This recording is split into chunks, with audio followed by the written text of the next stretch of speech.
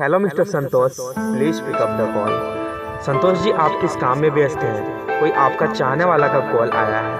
कृपया एक नज़र अपना फ़ोन पर दीजिए। कोई आपसे बहुत ही अर्जेंट बात करना चाहते हैं संतोष जी। प्लीज़ संतोष, अपना फ़ोन उठाइए और बात कर लीजिए।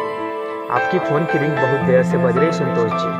आप जहाँ भी कृपया एक नज़र अपना कॉल पर दीजिए, नहीं तो कॉल कट जाएगी और बात नहीं हो पाएगी Santosh ji. Mister Santosh, please pick up the call.